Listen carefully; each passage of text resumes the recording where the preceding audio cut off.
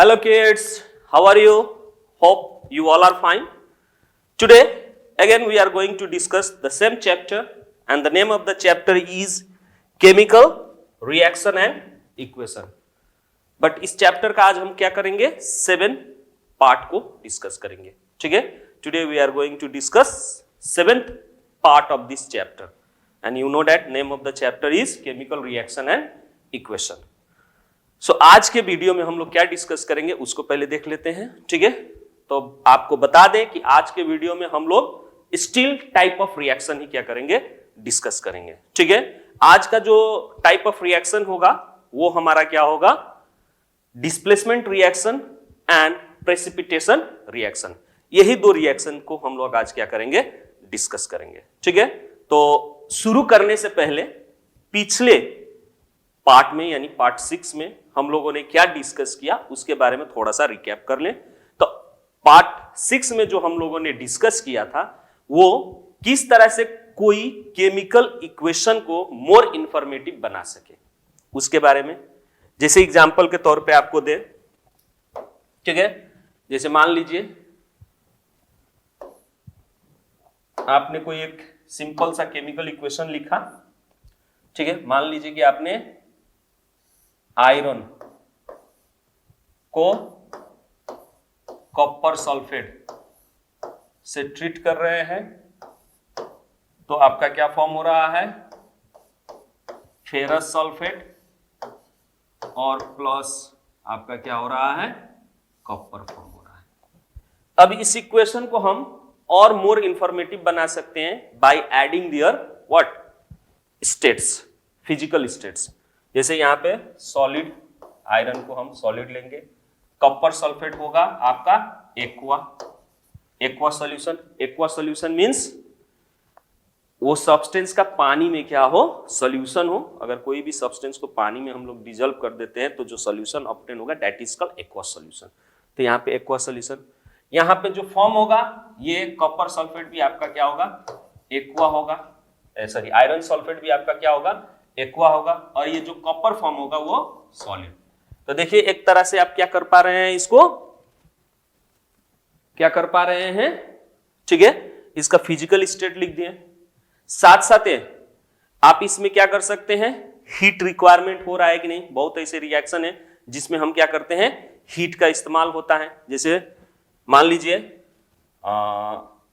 Nitrogen को, ठीक है, यानी ये हाइड्रोजन है, हाइड्रोजन को नाइट्रोजन से रिएक्ट करते हैं तो क्या फॉर्म होता है, एमोनिया फॉर्म होता है.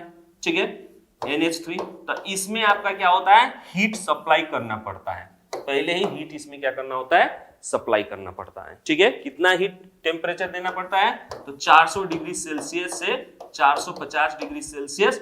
और साथ साथ क्या करना पड़ता है, आपको प्रेशर भी इसका क्या रखना होता है, लगभग 200 ATM एटमॉस्फेरिक प्रेशर देना पड़ता है. और इवन इसमें हम लोगों को कंडीशन एक क्या अप्लाई करना पड़ता है, आयरन. ठीक है, आयरन को एज अ कैटलिस्ट क्या करना पड़ना है, ऐड करना पड़ता है, तब जाके ये रिएक्शन आपका होता है. तो दीज आर व्हाट एक्स्ट्रा चीज. ठीक है, जिससे क्या हो गया, आपका ये जो रिएक्शन हो गया मोर इंफॉर्मेटिव हो गया. ठीक है, तो इन दिस वे हम लोग क्या कर सकते हैं, कोई भी केमिकल रिएक्शंस को क्या कर सकते हैं, मोर इंफॉर्मेटिव बना सकते हैं. साथ साथ हम लोगों ने डिस्कस किया टाइप ऑफ रिएक्शन. ठीक है, हमारे नेचर में बहुत सारे रिएक्शंस, हमारे नेचर में बहुत तरह के रिएक्शन होते हैं और वो रिएक्शन को देखा जाए तो अलग अलग टाइप के होते हैं. ठीक है, तो कौन रिएक्शन किस टाइप में आता है उसके बारे में टाइप ऑफ रिएक्शन में पढ़ने होते हैं. ठीक है, तो कल हम लोगों ने जो डिस्कस किया था कि अगर कोई इस तरह का रिएक्शन हो जिसमें, ठीक है, दो कोई रिएक्टेंट क्या हो, रिएक्ट होके एक सिंगल प्रोडक्ट निकाले. ठीक है, तो उस तरह का कोई भी रिएक्शन हो उस रिएक्शन को हम लोग क्या कहते हैं, कॉम्बिनेशन रिएक्शन. क्या कहते हैं, कॉम्बिनेशन रिएक्शन. जैसे कल हम लोगों ने कॉम्बिनेशन रिएक्शन का कॉम्बिनेशन, ठीक है, रिएक्शन, कॉम्बिनेशन रिएक्शन जिसका हम लोगों ने जनरल फॉर्म क्या देखा था कि कोई भी, ठीक है, दो रिएक्टेंट एक दूसरे से रिएक्ट होकर एक सिंगल प्रोडक्ट फॉर्म करे तो इसको हम लोग क्या कहते हैं, इस तरह का अगर कोई भी रिएक्शन हो रहा है तो उसको हम लोग क्या कहते हैं, कॉम्बिनेशन रिएक्शन. जिसमें हम लोगों ने ये पढ़ा कि वो कॉम्बिनेशन रिएक्शन में जो रिएक्टेंट है एलिमेंट एलिमेंट भी हो सकता है, या फिर एलिमेंट और कंपाउंड भी हो सकता है, या फिर कंपाउंड कंपाउंड भी हो सकता है। जैसे एग्जांपल के तौर पे हमने कल आप लोगों को तीनों का दिखाया था, ठीक है।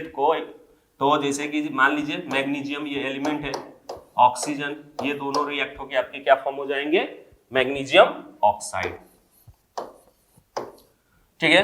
उसी तरह आपका कार्बन मोनोऑक्साइड, ठीक है, और प्लस ऑक्सीजन रिएक्ट होके क्या बन जाएंगे आपके कार्बन डाइऑक्साइड, ठीक है। इसी तरह बहुत सारे रिएक्शंस आपके नेचर में। तो इस तरह का अगर कोई भी रिएक्शन हो रहा है जिसमें एक से अधिक रिएक्टेंट है, ठीक है, और वो रिएक्ट होके सिंगल प्रोडक्ट फॉर्म हो रहा है, दैट मींस प्रोडक्ट जो फॉर्म हो रहा है, सिंगल प्रोडक्ट फॉर्म हो रहा है, तो उस तरह के रिएक्शंस को हम लोग क्या कहेंगे, कॉम्बिनेशन रिएक्शन, यानी प्रोडक्ट जो है सिंगल फॉर्म हो रहा है, तो ठीक है। उसके बाद से दूसरा हम लोगों ने टाइप ऑफ रिएक्शन डिस्कस किए थे, डिकम्पोजिशन रिएक्शन, डिकम्पोजिशन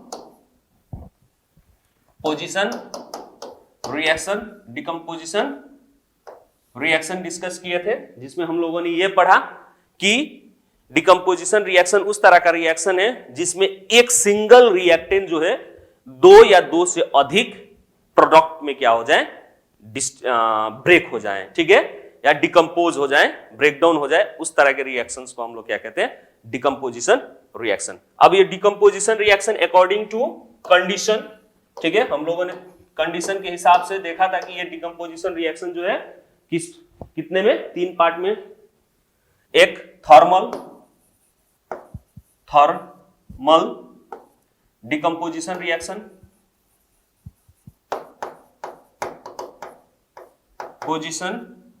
दूसरा photo decomposition reaction,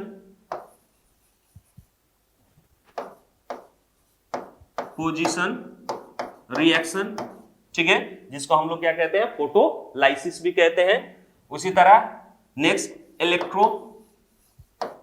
electro decomposition reaction, जिसको हम लोग क्या कहते हैं, इलेक्ट्रोलाइसिस भी कहते हैं। 3 पार्ट में डिकम्पोजिशन रिएक्शन को क्या किया गया था, बांटा गया था according to the condition requirement. Thermal में हीट का रिक्वायरमेंट होता है, यानी टेम्परेचर का रिक्वायरमेंट होता है, ठीक है। फोटो में सनलाइट का रिक्वायरमेंट होता है, ठीक है, और इलेक्ट्रो डिकम्पोजिशन में इलेक्ट्रिक करंट का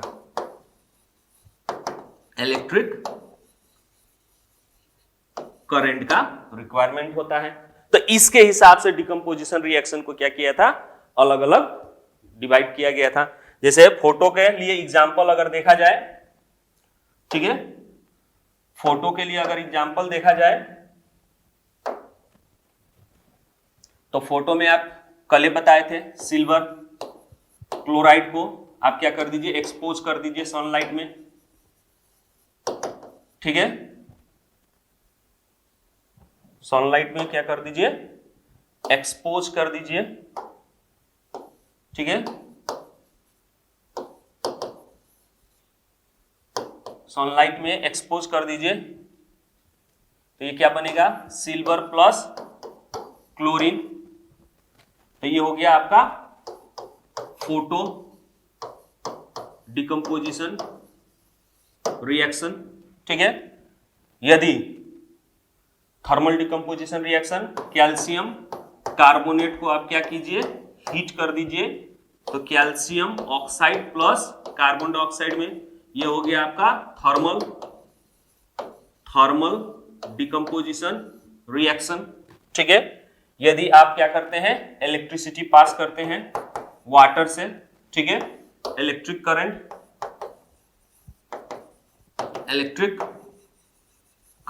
तो ये आपका एग्जांपल हो जाता है किस चीज का, तो ये किस चीज का आपका एग्जांपल हो जाएगा, इलेक्ट्रोलाइसिस या फिर इलेक्ट्रो डिकम्पोजिशन, ठीक है। तो these are the types of decomposition reaction. तो कल हम लोगों ने पार्ट 6 में यहीं तक क्या किए थे, डिस्कस किए थे, ठीक है। आज का जो 7th पार्ट है उसमें हम नेक्स्ट टाइप ऑफ क्या करेंगे, डिस्कस करेंगे रिएक्शन जो कि क्या है आपका डिस्प्लेसमेंट रिएक्शन। ठीक है, आज हम लोग डिस्कस करेंगे डिस्प्लेसमेंट रिएक्शन। तब डिस्प्लेसमेंट रिएक्शन वो रिएक्शन है जिसमें एक मोर रिएक्टिव एलिमेंट्स क्या करता है, लेस रिएक्टिव एलिमेंट्स को उसके कंपाउंड से क्या करता है, डिस्प्लेस करता है। तो यहां पे डिस्प्लेसमेंट शब्द से ही आपको पता चल रहा होगा कि रिप्लेस करना है, डिस्प्लेसमेंट रिएक्शन। ठीक है, अब यहां पे शब्द से ही डिस्प्लेसमेंट से ही आपको समझ में आ रहा है कि इसका अर्थ होना चाहिए रिप्लेस करना। ठीक है,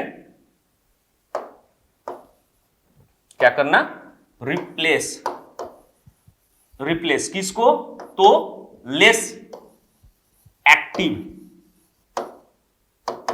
किसको, लेस एक्टिव एटम को।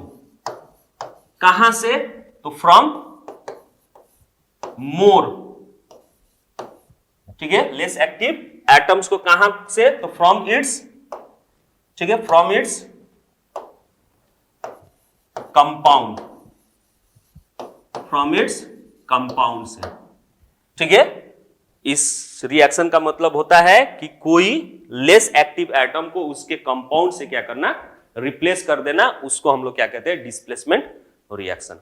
ठीक है, अब ये डिस्प्लेसमेंट रिएक्शन जो है आपके दो तरह के होते हैं। ठीक है, डिस्प्लेसमेंट रिएक्शन जो है आपके दो तरह के होते हैं। ठीक है, एक होता है single displacement reaction.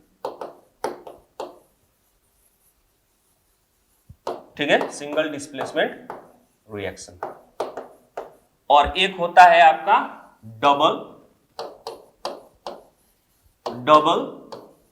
Displacement reaction. ठीक है, डबल डिस्प्लेसमेंट रिएक्शन, यानी डिस्प्लेसमेंट रिएक्शन दो तरह का होता है, एक सिंगल डिस्प्लेसमेंट रिएक्शन और double displacement reaction. Single displacement reaction को सिंपली डिस्प्लेसमेंट रिएक्शन भी कहा जाता है। तो जो डेफिनेशन है किसका, डिस्प्लेसमेंट रिएक्शन का, वही इसका क्या होगा, डेफिनेशन होगा सिंगल डिस्प्लेसमेंट रिएक्शन का। That means more reactive atoms क्या करता है, लेस रिएक्टिव एटम्स को उसके कंपाउंड से क्या करता है, डिस्प्लेस करता है। That means more reactive atom displace less reactive atoms from its compound. ठीक है, डबल डिस्प्लेसमेंट में क्या होता है, displacement of the atom two times होते हैं। ठीक है, लेस रिएक्टिव दूसरे को क्या करते हैं, मोर रिएक्टिव दूसरे लेस रिएक्टिव को क्या करता है, डिस्प्लेस करता है, उसके जगह पे अपने चला जाता है, फिर जहां से वो गया है उसके जगह पे लेस रिएक्टिव आ जाता है, जिसके कारण दो क्या हो जाते हैं, आपके डिस्प्लेसमेंट हो जाते हैं, दो बार रिप्लेस होता है, इसलिए उसको डबल डिस्प्लेसमेंट कहते हैं। इसका जनरल आपको इक्वेशन हम बता देते हैं। जैसे मान लीजिए ए रिएक्ट विद बी सी, ठीक है, तब ए आपका मोर रिएक्टिव होगा बी से, तो आप यहां पे क्या पाइएगा कि ए ने इसको रिप्लेस कर देगा, तो खुद AC बनाएगा कंपाउंड, आप बी को वहां से हटा दिया तो ये हो जाएगा आपका बी। तो this is the general, what is this is the general chemical equation. ठीक है, केमिकल इक्वेशन का जनरल फॉर्म है। ठीक है, जो कि सिंगल डिस्प्लेसमेंट रिएक्शन शो कर रहा है। ठीक है, अब डबल डिस्प्लेसमेंट रिएक्शन का जनरल इक्वेशन क्या होता है, तो AB मान लीजिए एक कंपाउंड है, ठीक है, दूसरा BC कंपाउंड है, दोनों ही क्या होते हैं, आयनिक कंपाउंड होते हैं। याद रखना है, दोनों ही आयनिक कंपाउंड होते हैं। ठीक है, तो इसमें आपका क्या होता है, ये ब्रेक होता है आयंस में। ठीक है, आयंस में ब्रेक होता है, तो आयनिक कंपाउंड का फर्स्ट जो होता है वो कैटायन होता है। ठीक है, और सेकंड जो होता है एनायन होता है।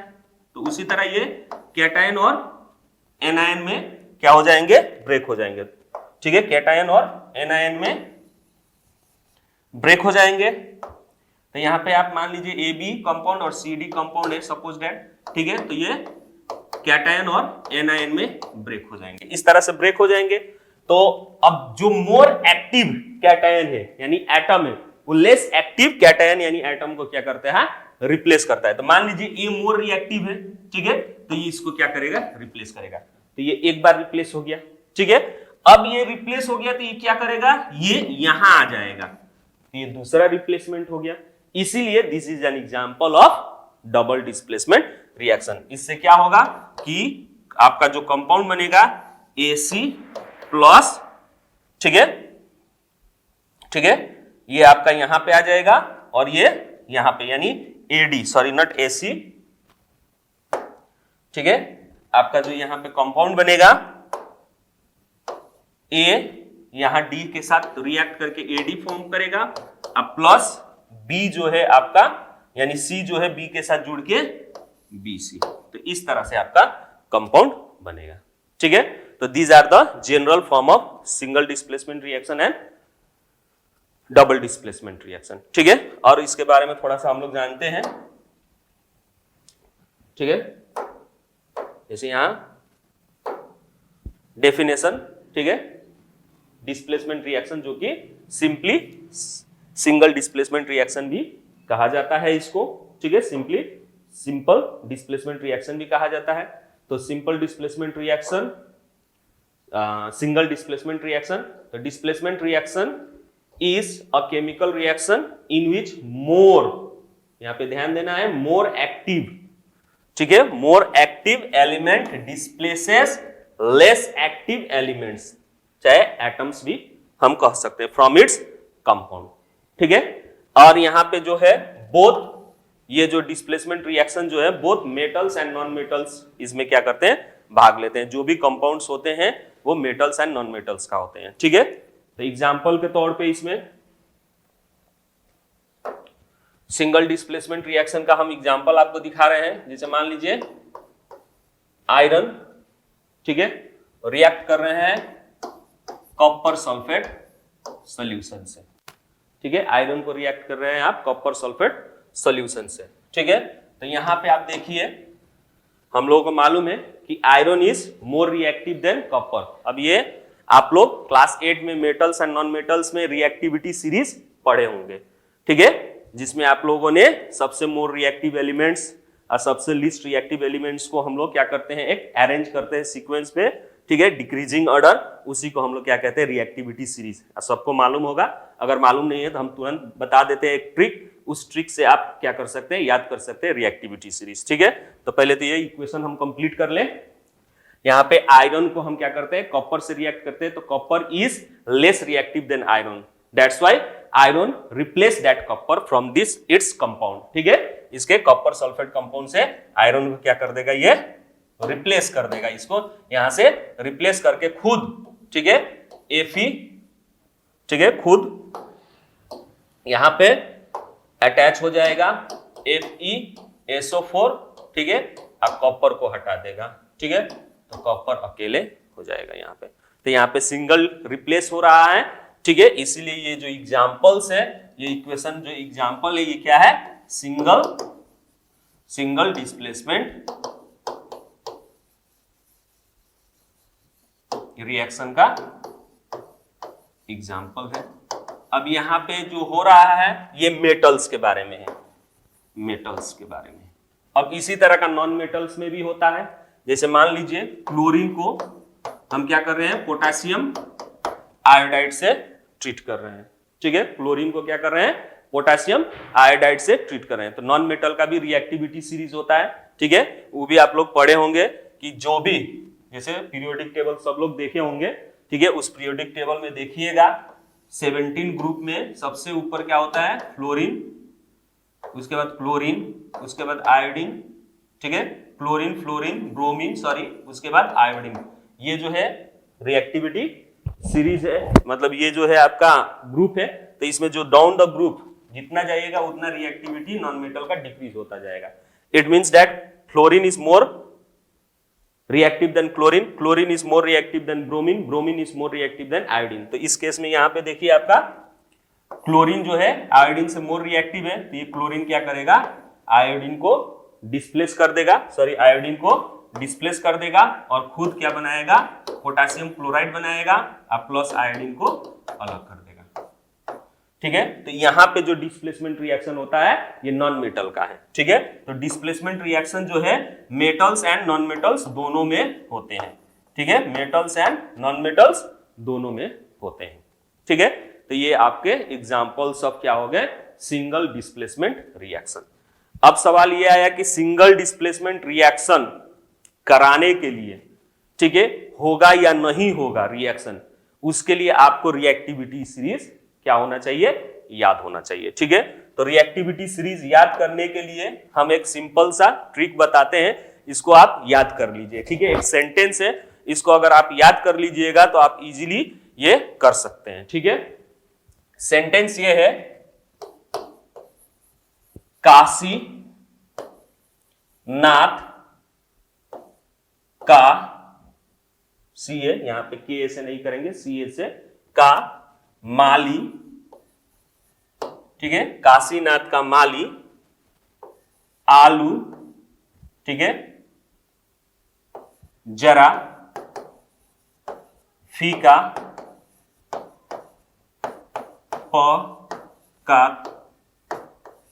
पकाता है, ठीक है। काशीनाथ का माली आलू जरा फीका पकाता है, कौन यहां पे फिर हम कौन का के से नहीं करेंगे, सी से करेंगे, कौन है आगे आओ, ठीक है। तब यहां पे देखिए, काशी का के, नाथ का एने, का सी ए, माली का एम और कॉमन सेंस लगा लीजिए जी, ठीक है। माली, आलू का एल, जरा का जेड ले लीजिए और उसमें एन कॉमन सेंस, ठीक है। फीका का एफी,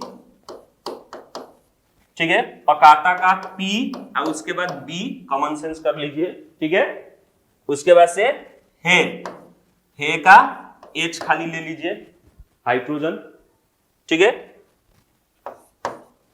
कौन का आप सी और यू ले लीजिए, ठीक है।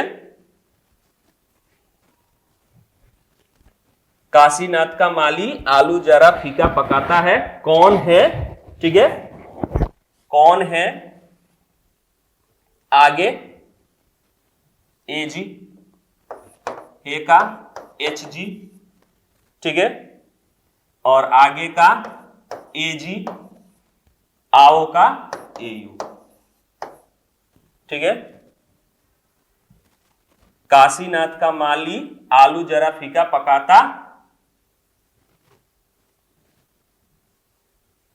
ठीक है, पकाता है, कौन है आगे है। तो यहां पे देखिए, potassium, sodium, calcium, K means potassium, Na means sodium, ठीक है, Ca means calcium, Mg means magnesium, ठीक है, Al means aluminium, Zn means zinc, Fe means आपका क्या हो जाएगा, iron, Pb means lead, H means hydrogen, Cu means copper, Ag means Hg means mercury, Ag means silver, Au means gold. तो ये आपका reactivity series है, down the reactivity series, ये नीचे है, जितना डाउन जा रहा है उतना रिएक्टिविटी इसका घट रहा है, ठीक है। तो इन this way you can remember that, ठीक है, रिएक्टिविटी सीरीज, जैसे कि काशीनाथ का माली आलू जरा फीका पकाता है, कौन है आगे आए, ठीक है। तो उनके नाम का जो फर्स्ट लेटर है उसी से आप क्या कर सकते हैं, रिएक्टिविटी सीरीज याद कर सकते हैं। तो आई थिंक ये आपके लिए यूजफुल होगा, ठीक है। इसको आप प्रैक्टिस करिए, काशीनाथ का माली आलू जरा फीका पकाता है, कौन है आगे आए, ठीक है। तो आप इसको प्रैक्टिस कीजिए, धीरे धीरे आपको क्या हो जाएगा, याद हो जाएगा। तो रिएक्टिविटी सीरीज याद करने की जरूरत नहीं पड़ेगी, सिंपल सा ये सेंटेंस याद कर लीजिएगा। इसी सेंटेंस से आप क्या कर सकते हैं, किसी भी एटम का रिएक्टिविटी आप क्या कर सकते हैं, याद कर सकते हैं, ठीक है। तो हम लोग नेक्स्ट आगे बढ़ते हैं। तब इससे आप कोई भी रिएक्शंस को आप क्या कर सकते हैं, डिस्प्लेसमेंट रिएक्शन करवा सकते हैं। ठीक है, जैसे एग्जांपल पे मान लीजिए कि हमने आयरन सल्फेट ले लिया और प्लस यहां पे Ag लिख दिया। अब बोला कि ये सिंगल डिस्प्लेसमेंट रिएक्शन होगा या नहीं होगा। ठीक है, आप बताइए, तो आपका आंसर क्या होगा? तो आप तो देखेंगे तो कहेंगे कि चलिए ये डिस्प्लेस कर दें, तो नहीं। क्यों? क्योंकि Ag जो है रिएक्टिविटी सीरीज में सबसे नीचे है, ये लेस रिएक्टिव है, और ये Fe जो है मोर रिएक्टिव है। ठीक है, तो ये क्या नहीं करेगा, इसको डिस्प्लेस नहीं कर पाएगा, इसलिए यहां पे जो होगा रिएक्शन नहीं होगा। ठीक है, reaction, no reaction, reaction does not take place here because silver is less reactive than iron. ठीक है, तो यहां पे कोई डिस्प्लेसमेंट रिएक्शन नहीं होगा। Clear? Now next moves towards double displacement reaction. तो डबल डिस्प्लेसमेंट रिएक्शन में ऑलरेडी आप लोगों को हमने बोल दिया कि डबल डिस्प्लेसमेंट रिएक्शन में क्या होता है, कैटायंस एनायंस यानी आयंस का एक्सचेंज होता है।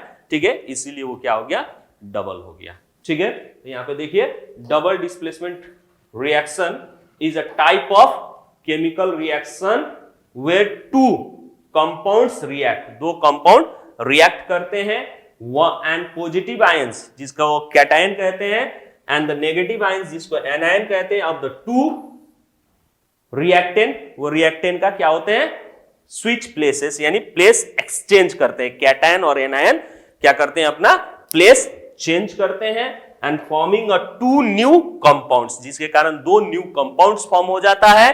ठीक है, उस तरह के रिएक्शंस को हम लोग क्या कहते हैं, डबल डिस्प्लेसमेंट रिएक्शन। क्या कहते हैं, डबल डिस्प्लेसमेंट रिएक्शन। जैसे एग्जांपल के तौर पे आपको हम बता दें, मान लीजिए हमने क्या ले लिया, बैरियम, ठीक है, क्लोराइड ले लिया। क्या ले लिया, बैरियम क्लोराइड, उसको ट्रीट कर दिए सोडियम सल्फेट।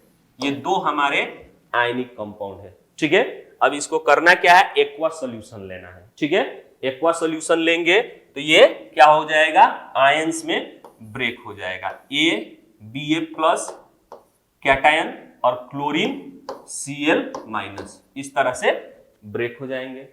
उसी तरह आपका जो ये सोडियम सल्फेट है, ये भी आपका Na प्लस और SO4 में ब्रेक हो जाएगा।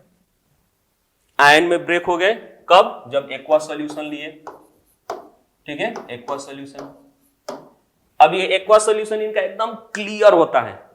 ठीक है, लाइक अ पानी की तरह। अगर आप दोनों का टेस्ट ट्यूब में सैंपल लीजिएगा, जैसे मान लीजिए ये सैंपल ले लिए आपने, इसमें डाल दिया आपने बैरियम क्लोराइड, और इस टेस्ट ट्यूब में आपने क्या कर दिया, क्या डाल दिया, Na2SO4 यानी सोडियम सल्फेट एक्वा सॉल्यूशन। तो एकदम क्लियर पानी की तरह दिखेगा। ठीक है, ट्रांसपेरेंट। लेकिन जैसे ही इसको इसमें डालिएगा, ठीक है, रिएक्शन टेक प्लेस होगा। ठीक है, रिएक्शन टेक प्लेस होके यहां पे आपका क्या फॉर्म होगा, यानी इस तरह से रिएक्शन टेक प्लेस होगा। सोडियम मोर रिएक्टिव है, ये लेस रिएक्टिव, बैरियम को क्या करेगा, डिस्प्लेस कर देगा, जिससे ये क्या फॉर्म करेगा, सोडियम क्लोराइड NaCl। ठीक है, क्या फॉर्म होगा, ये एक्वा में फॉर्म होगा। ठीक है, प्लस अब बैरियम, यहां से सोडियम हट गया तो बैरियम खुद क्या होगा, यहां सल्फेट के साथ जाके रिएक्ट करके क्या फॉर्म करेगा, बैरियम सल्फेट। अब ये जो बैरियम सल्फेट होता है सॉलिड फॉर्म होता है in the form of PPT। ठीक है, नीचे टेस्ट ट्यूब में क्या हो जाएगा, एक व्हाइट कलर, जैसे ही डालिएगा व्हाइट PPT फॉर्म हो जाएगा, जिसको हम लोग प्रेसिपिटेट भी कहते हैं। वो नेक्स्ट टाइप ऑफ रिएक्शन में पढ़ेंगे, प्रेसिपिटेशन रिएक्शन, तो वहां पे PPT व्हाइट PPT फॉर्म हो जाएगा। ठीक है, व्हाइट PPT फॉर्म होगा। ठीक है, तो यहां पे देखिए आपका बैरियम शिफ्ट हुआ, किसके कारण, सोडियम के कारण, और फिर बैरियम जाके यहां पे शिफ्ट हो रहा है। ठीक है, तो दो बार आपका क्या हो रहा है, रिप्लेस हो रहा है, इसीलिए ये आपका क्या हो गया, डबल डिस्प्लेसमेंट रिएक्शन का एग्जाम्पल हो गया। ठीक है, अब कुछ और भी एग्जाम्पल्स हैं। ठीक है, जैसे ये ऑलरेडी डिस्कस कर दिए, बैरियम क्लोराइड को सोडियम सल्फेट के साथ ट्रीट करते हैं तो बैरियम सल्फेट बनता है। ठीक है, और ये बैरियम सल्फेट जो बनता है ये आपका क्या होता है, व्हाइट कलर का पीपीटी फॉर्म करता है। ठीक है, एंड NaCl फॉर्म करता है। ठीक है, उसी तरह जब आयरन सल्फाइड को क्या कीजिएगा, H2SO4 सल्फ्यूरिक एसिड से ट्रीट कीजिएगा तो यहां पे भी आप देख पा रहे हैं। ठीक है, आयरन जो है हाइड्रोजन को क्या कर रहा है, डिस्प्लेस करके खुद आयरन सल्फेट फॉर्म कर रहा है, और ये जो सल्फर जो है, ठीक है, आपका हाइड्रोजन के साथ, यानी ये जो हाइड्रोजन जो है फिर सल्फर के साथ रिएक्ट होके क्या फॉर्म कर रहा है, हाइड्रोजन सल्फाइड गैस, जो कि एकदम क्या होता है, रॉटन एग की तरह स्मेल आता है। हाइड्रोजन सल्फाइड गैस जैसे ही प्रोड्यूस होता है आपको समझ में आ जाएगा, सड़ा हुआ अंडे का महक आने लगता है। ठीक है, तो क्या फॉर्म कर रहा है, हाइड्रोजन सल्फाइड गैस। ठीक है, उसके बाद से फिर अगर कॉपर सल्फेट को हाइड्रोजन सल्फाइड से हम लोग ट्रीट करते हैं तो क्या फॉर्म होता है, कॉपर सल्फाइड, जो कि ब्लैक कलर का सॉलिड फॉर्म होता है, ब्लैक पीपीटी। ठीक है, ब्लैक पीपीटी फॉर्म करता है सॉलिड, और साथ साथ में एक्वा सॉल्यूशन अब क्या हो रहा है, आपका H2SO4 प्रोड्यूस हो रहा है। तो ये भी एक आपका क्या हो गया, डबल डिस्प्लेसमेंट रिएक्शन। उसी तरह आपका एक नेक्स्ट रिएक्शन क्या होगा, सोडियम हाइड्रोक्साइड और HCl। ठीक है, तो ये भी आपका वैसे तो एसिड और बेस, एसिड और बेस है, रिएक्ट होके क्या बनते हैं, सॉल्ट एंड वाटर। लेकिन यहां पे भी आपका क्या हो रहा है, डबल डिस्प्लेसमेंट हो रहा है, क्योंकि Na+ और OH में ब्रेक होगा, ये H+ और Cl में ब्रेक होगा। तो Na जो है मोर रिएक्टिव देन H है, तो ये क्या करेगा, H को रिप्लेस करके अपने क्लोरीन के साथ रिएक्ट होके NaCl फॉर्म कर देगा, और ये जो H है ये H अब OH के साथ रिएक्ट होके वाटर फॉर्म कर देगा। ठीक है, इस तरह से हमारा क्या होता है, डिस्प्लेस हो रहा है 2 बार, तो इसको हम लोग क्या कहेंगे, डबल डिस्प्लेसमेंट रिएक्शन। तो इस तरह का अगर कहीं पे भी रिएक्शन दिखाई दे तो आप उसको डबल डिस्प्लेसमेंट रिएक्शन कह सकते हैं। ठीक है, all of you understand? I think सबको समझ में आ गया होगा कि डिस्प्लेसमेंट रिएक्शन क्या है। डिस्प्लेसमेंट रिएक्शन का जो सिंगल डिस्प्लेसमेंट रिएक्शन है और डबल डिस्प्लेसमेंट रिएक्शन है वो किसे कहते हैं, किस तरह के होते हैं, उसका एग्जाम्पल भी हम आपको दिखाएं, तो आई थिंक आप लोगों को समझ में आ गया होगा। ठीक है, तो अब आगे बढ़े हम लोग। नेक्स्ट हम लोग का है प्रेसिपिटेशन रिएक्शन। तो अभी जो हम लोगों ने डबल डिस्प्लेसमेंट रिएक्शन में देखे, किसी किसी जगह पे क्या हो रहा था, सॉलिड प्रोड्यूस हो रहा है, 2 एक्वा सॉल्यूशन को लेके जब हम रिएक्ट कर रहे थे तो क्या हो रहा था, सॉलिड पीपीटी फॉर्म हो रहा था। That solid PPT is known as precipitate. उस तरह का रिएक्शन जिसमें वो सॉलिड पीपीटी फॉर्म हो रहा है, that type of reaction is known as precipitation reaction. यानी अभी आपको हमने दिखाया एग्जांपल में बैरियम सल्फेट वाला। ठीक है, तो बैरियम सल्फेट बैरियम क्लोराइड को सोडियम सल्फेट से ट्रीट कर रहे थे तो आपका क्या फॉर्म हो रहा था, बैरियम सल्फेट फॉर्म हो रहा था, जो कि व्हाइट पीपीटी। तो यहां पे अगर कोई भी रिएक्शन, ठीक है, जिसमें 2 एक्वा सॉल्यूशन, आयनिक कंपाउंड भी कह सकते हैं, 2 एक्वा सॉल्यूशन भी कह सकते हैं, ठीक है, जब रिएक्ट हो रहे हैं उसमें एक आपका क्या हो, सॉलिड प्रोडक्ट फॉर्म हो जो कि पीपीटी में फॉर्म हो, ठीक है, उसको हम लोग क्या कहेंगे, अगर कहीं पे भी वो पीपीटी फॉर्म हो रहा है किसी भी रिएक्शन में, तो that reaction is known as precipitation reaction. ठीक है, तो अगर इसका डेफिनेशन लिखना हो तो you can write in this way, those reaction in which aqua solutions of 2 compounds, aqua solution of 2 compounds mixing, ठीक है, react to form an insoluble compound। जब react करते हैं तो उसमें एक जो है insoluble compound फॉर्म करता है, which separate out as a solid, जो कि separate out as a solid, उस solid को हम लोग precipitate कहते हैं।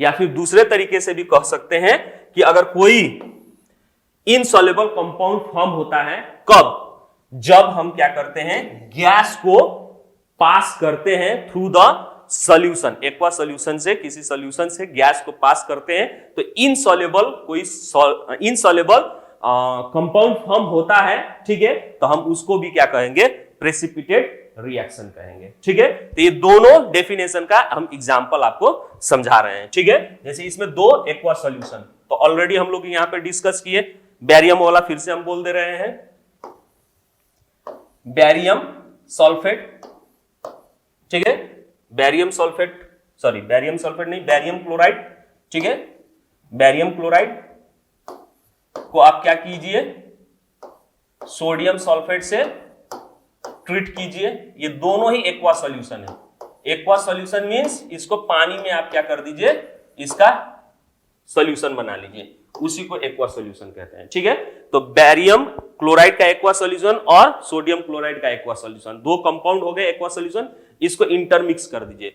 जैसे ही इंटरमिक्स कीजिएगा एक कंपाउंड आपका इनसॉल्युबल सॉलिड प्रोड्यूस होगा जो कि बैरियम सल्फेट प्रोड्यूस होगा, और ये बैरियम सल्फेट जो होगा आपका इनसॉल्युबल होगा, इसलिए वो टेस्ट ट्यूब में या बीकर में नीचे जाके बैठ जाएगा। इसी सॉलिड को हम लोग क्या कहते हैं, प्रेसिपिटेट कहते हैं। क्या कहते हैं, प्रेसिपिटेट या फिर सिंपल पीपीटी, ठीक है, पीपीटी भी कहते हैं। इसका कलर इस केस में ये बैरियम सल्फेट का जो कलर होता है वो व्हाइट होता है, ठीक है। साथ साथ में आपका क्या बनेगा, NaCl, लेकिन ये क्या होगा आपका सॉल्यूशन में होगा, तो इसको एक्वा में ही रहेंगे, एक्वा सॉल्यूशन ही रहेगा, ठीक है। तो यहां पे देखिए दो एक्वा सॉल्यूशन रिएक्ट होके एटलीस्ट वन, मतलब एक, दो एक्वा सॉल्यूशन रिएक्ट होके एक जो प्रोडक्ट बनेगा वो आपका क्या होगा, सॉलिड फॉर्म में फॉर्म होगा, इनसॉल्युबल प्रोड्यूस होगा, ठीक है, और दूसरा एक्वा प्रोड्यूस होगा। अगर इस तरह का कहीं पे भी रिएक्शन दिखाई दे रहा है तो that reaction is known as precipitate reaction. या फिर एक दूसरा एग्जांपल गैस पास करने का, ठीक है। तो आप लोग देखे होंगे कैल्शियम हाइड्रोक्साइड, जिसको हम लोग लाइम वाटर भी कहते हैं, ठीक है। कैल्शियम हाइड्रोक्साइड एकदम क्लियर सॉल्यूशन होता है, ठीक है, जिसको हम लोग क्या कहते हैं, लाइम वाटर। जैसे ही इससे गैस यानी कार्बन डाइऑक्साइड गैस जब पार करते हैं, हम लोग पास करते हैं इससे, तो क्या प्रोड्यूस होता है आपका, कैल्शियम कार्बोनेट, ठीक है। क्या प्रोड्यूस होता है, कैल्शियम कार्बोनेट, ठीक है। कैल्शियम कार्बोनेट प्रोड्यूस होता है और प्लस वाटर भी प्रोड्यूस होता है, ठीक है। कैल्शियम कार्बोनेट और वाटर प्रोड्यूस होता है, ठीक है। तो अब ये कैल्शियम कार्बोनेट प्रोड्यूस होता है तो ये व्हाइट पीपीटी फॉर्म होता है, ठीक है। यहां पे भी आपका व्हाइट पीपीटी प्रोड्यूस होता है, या फिर कहें तो मिल्की कलर अपीयर्स होने लगता है। जैसे ही कार्बन डाइऑक्साइड पास होता है मिल्की कलर प्रोड्यूस होने लगता है, ठीक है। अब यहां पे ध्यान देने वाली बात है कि अगर आप लिमिटेड अमाउंट में दीजिएगा तो ये पीपीटी यानी मिल्क कलर दिखाई देगा, ठीक है, व्हाइट कलर दिखाई देगा। लेकिन कार्बन डाइऑक्साइड कंटिन्यू पास करते रहिएगा इससे, ठीक है, कंटिन्यू आप कार्बन डाइऑक्साइड पास करते रहिएगा, यानी एक्सिस कार्बन डाइऑक्साइड अगर पास हो जाता है तो ये फिर इनसॉल्युबल जो है कैल्शियम कार्बोनेट सॉल्युबल यानी पूरा सॉल्युबल में फॉर्म क्या हो जाएगा, चेंज हो जाएगा, यानी नया प्रोडक्ट प्रोड्यूस हो जाएगा, और वो प्रोडक्ट होता है calcium bicarbonate. Calcium bicarbonate produce हो जाएगा, ठीक है, जो कि सॉल्युबल इन वाटर होता है। तो एक तरह से ये आपका यहां तक तो आपका प्रेसिपिटेट रिएक्शन का क्या है, एग्जाम्पल है। लेकिन जो ये एक्सिस की है, ये एक तरह का एक्सिस कर देते हैं तो ये एक तरह का क्या हो जाता है, डिटेक्शन टेस्ट भी कहलाता है कि जो गैस हम रिलीज कर रहे हैं that gas is a carbon dioxide है या नहीं है। तो ये test for carbon dioxide gas का रिएक्शन भी है, ठीक है। तो इससे क्वेश्चन भी आता है कि what happen when carbon dioxide is passes through the lime water, ठीक है, एक क्वेश्चन ये हो गया। और उसके साथ साथ जुड़ा भी रहता है कि if we add carbon dioxide in excess amount so what happen, ठीक है। तो कार्बन डाइऑक्साइड जब हम पास करते हैं तो मिल्की कलर अपीयर्स होता है due to the formation of calcium carbonate, but excess of carbon dioxide still हम लोग पास करते रहेंगे तो वहां पे जो फॉर्म होता है वो क्या होता है, कैल्शियम बाइकार्बोनेट, जो कि सॉल्युबल इन वाटर होता है। इसलिए उसका जो मिल्की कलर होता है फिर से क्या हो जाता है, डिसअपीयर हो जाता है, ठीक है। इस रिएक्शन को हम टेस्ट फॉर कार्बन डाइऑक्साइड में भी ले सकते हैं, ठीक है। तो आज के वीडियो में बस इतना ही। हम लोग नेक्स्ट वीडियो में नेक्स्ट टाइप ऑफ रिएक्शन लेके आएंगे, दैट मींस, ठीक है, ये नेक्स्ट वीडियो में हम लोग नेक्स्ट टाइप ऑफ रिएक्शन लेके आएंगे जिसमें हम लोग पढ़ेंगे रिडॉक्स रिएक्शंस के बारे में, न्यूट्रलाइजेशन रिएक्शन के बारे में, exothermic reaction and endothermic reaction के बारे में, ठीक है। चलने से पहले हम थोड़ा सा ये आपको दिखा दें कुछ एग्जांपल प्रेसिपिटेट रिएक्शन का, ठीक है। AgNO3 को हम पोटेशियम क्लोराइड से ट्रीट कर रहे हैं तो आपका क्या बन रहा है, पोटासियम सिल्वर क्लोराइड फॉर्म हो रहा है, यानी AgNO3 यानी सिल्वर नाइट्रेट को पोटेशियम क्लोराइड के साथ KCl पोटेशियम क्लोराइड के साथ रिएक्ट कर रहे हैं तो क्या फॉर्म हो रहा है आपका AgCl यानी सिल्वर क्लोराइड, जो कि PPT फॉर्म में, व्हाइट PPT फॉर्म में प्रोड्यूस होगा, ठीक है। और साथ साथ पोटेशियम नाइट्रेट फॉर्म होगा। अगर लेड नाइट्रेट को हम क्या कर रहे हैं, पोटेशियम आयोडाइड के साथ ट्रीट कर रहे हैं तो ये थोड़ा सा इंटरेस्टिंग होता है, येलो PPT फॉर्म होता है किसका, तो लेड आयोडाइड का, ठीक है। इस तरह का कलर आपको दिखाई देगा। EB aqua solution clear, EB aqua solution clear, दोनों क्लियर एक्वा सॉल्यूशन दिखाई देगा, व्हाइट कलर, ठीक है। जैसे लगेगा कि पानी है, कोई पहचान में नहीं आएगा, लेकिन जैसे ही दोनों को एक दूसरे में मिलाइएगा तुरंत इस तरह का ब्यूटीफुल येलो कलर आपको दिखाई देगा, ठीक है। तो ये एक्चुअल में येलो कलर जो दिखाई दे रहा है, ये इनसॉल्युबल सॉलिड जो प्रोड्यूस हो रहा है वो किसका है, तो लेड आयोडाइड का है, ठीक है, PbI2। और साथ साथ आपका जो सॉल्यूशन प्रोड्यूस होता है उसमें KNO3 यानी पोटेशियम नाइट्रेट भी प्रोड्यूस होता है, ठीक है। तो यही है आपके एग्जांपल प्रेसिपिटेट रिएक्शन का। तो आज के वीडियो में बस इतना है, to be continue in next video. तब तक के लिए बाय बाय।